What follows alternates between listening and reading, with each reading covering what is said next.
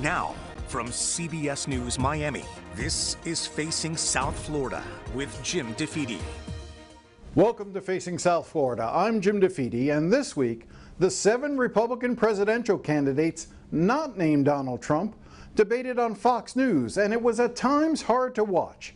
All of the candidates spoke over each other, the moderators never really established control, and even though they asked a number of good questions, they couldn't get the candidates to answer them. Nikki Haley had a good night, and Ron DeSantis did better than he did in the first debate. But does any of it really matter when Donald Trump is ahead by 30 points? After the debate, I spoke to State Senator Joe Gruters, the former head of the Florida Republican Party, and someone who has already endorsed Donald Trump. They largely looked like a bunch of kids arguing. At times you couldn't understand them talking over one another. They weren't, I thought the moderators did a poor job of keeping control. And listen, I understand as a politico wanting to make sure that you get your voice heard. This is their one chance to try to stand out. But the question, did anybody stand out enough to make it worthwhile? No. I think that the RNC should cancel the rest of the debates. We have President Trump up by 40 to 50%. And there's no need to continue on this charade because none of these guys are even a factor at the end of the day. Former President Trump has already announced that he will not be attending the third debate, which will be here in Miami in early November. Is that a mistake, though? I mean, I understand the politics of when you're far ahead, you don't usually engage in debates because there's a lot at risk. But isn't it important for Republican voters to hear from the former president on stage, showing them that respect to actually participate in debates? I would say no, because people know exactly where he stands on the issues. You know, he, at the same time as that debate was going on, he was addressing the United Auto Workers and had a wildly successful visit to Michigan, which is still a battleground state. I think people know where he is. That's why he's still at 50% less. And all these other candidates are spending hundreds of millions of dollars to get to 10%. You know, the former president's at 50%. These guys are nowhere close. The President Trump is going to be the Republican nominee. And like I said, I think as a former member of the RNC, my advice to Ron would be to cancel that third debate in Miami, and let's move forward and let's rally around the president who's going to be our nominee and try to help him make sure that he's going to be successful against Biden in next November. Obviously, you endorsed former President Trump early on. As soon as he announced, you were there. I remember seeing you at Mar-a-Lago when he made his official announcement. But I'm going to ask you the question, because I haven't had a chance to, that was asked at the first debate. Would anything change in your mind if Donald Trump was convicted? Now, I mean, obviously he's facing 91 counts in 4 different jurisdictions on different charges. But if he were to be convicted, a convicted felon, would that change your support at all for Donald Trump? Well, who knows what's going to happen, because in some of these jurisdictions, I don't know if he's going to get a fair trial. And I don't think he should be on trial for any of these things. I think what you saw in New York with his business, they're saying Mar-a-Lago is worth, $18 million. I think it's vindictive. I think it's an organized effort to prevent him from becoming the next president. I think the deep state is scared of him. And listen, I'm not trying to protect him. If someone's guilty of something, fine. I think this is purely politically motivated to try to take somebody down. And I think what you're seeing is you're seeing the base saying, what in the world is happening with our system? What is going on in America? We can't let this happen. And that's why the support for the former president is off the charts. And it's going to continue to move up. One of the things that was interesting that sort of took place a little bit behind the scenes in the last couple of weeks here in Florida was there had been a loyalty pledge that was a requirement to get on the ballot. And I know that yourself and other Trump supporters maneuvered and worked to get that language stripped out, much to the consternation of Governor DeSantis, that wanted it in potentially as a way of blocking the former president from his name actually appearing on the primary ballot in Florida next year. Can you take us a little bit behind the scenes? What was going on there? What was at play with all of that? Yeah, this was a very interesting situation because all of a sudden I got a call in June, I think, from the former president's campaign. And they said, "What's happening with the Republican Party of Florida?" I said, "I have no idea." They said, "Will you look into this new rule that they passed?" And what happened was the Republican Party of Florida passed a new rule in May. So this is not a longstanding issue. They put this new rule in May that basically said you had to sign a loyalty oath and you had to endorse whoever the nominee was, even if you were adamantly opposed to some of their positions and you didn't care for the individual, in order to get on the ballot.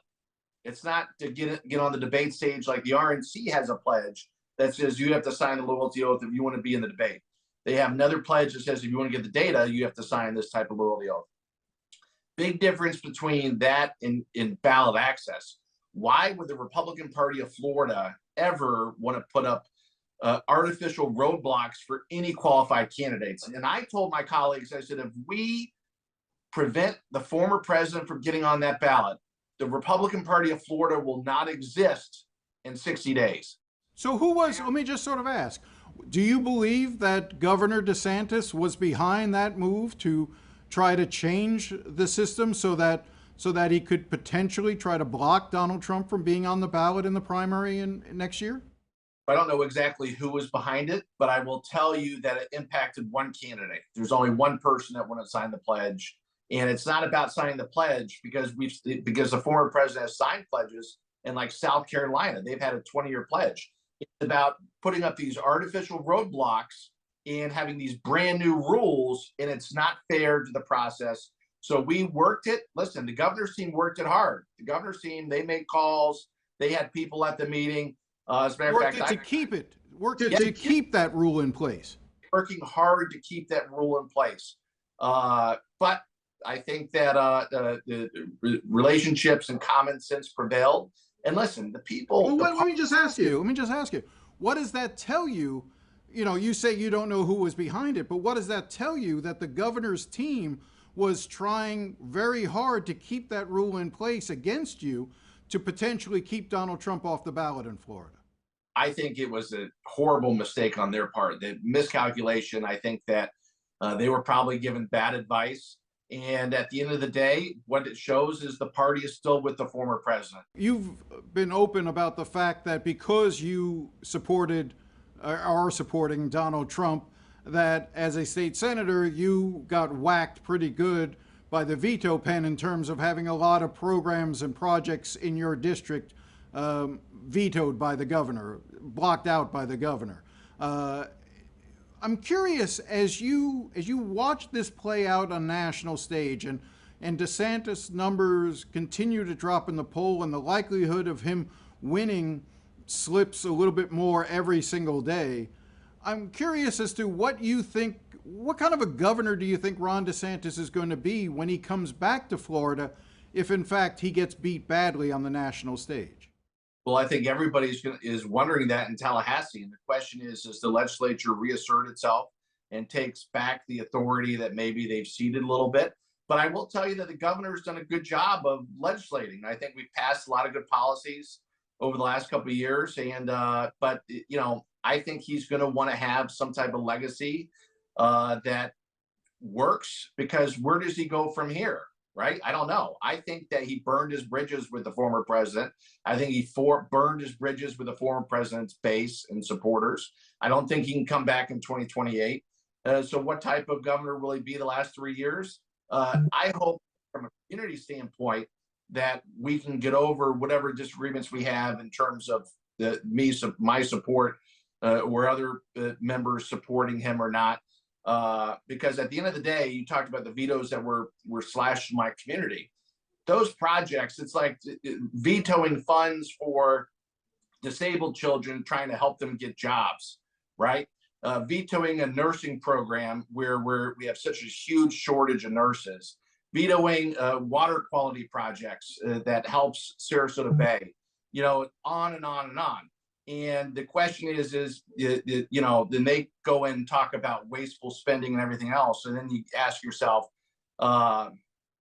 is funding disabled children's projects and helping them overall get jobs and become more successful members of our community, what's more important? Trying to fund some project like that for $400,000, or spending millions of dollars flying these illegal immigrants from the Texas border all across the country? Not illegal immigrants in Florida, but illegal immigrants in other states. Listen, I'm the first guy. I passed sanctuary cities in Florida.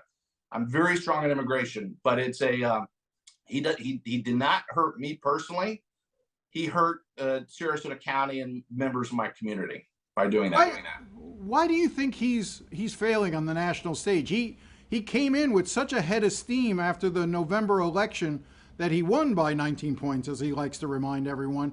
What do you think happened to him on the national stage when we look back on his campaign? I think he started campaigning. That's it. That the more people got to know him, the less they wanted to be associated with him. Is that what you're saying? Accurate reflection of what's happening. Because look, how much money have they spent? 50 million, 100 million, the super PAC. And I think they've lost, I think I think they were 1 point away from the former president at one point, and now they're 40 points behind. I don't think that's going to reverse anytime soon. So we'll welcome him back to Florida, and we'll have him as our governor the next 3 years. And I hope that he'll continue to do the best job he can. But I hope that he, like I said, moves past the what I would call a vindictive stage of vetoing projects.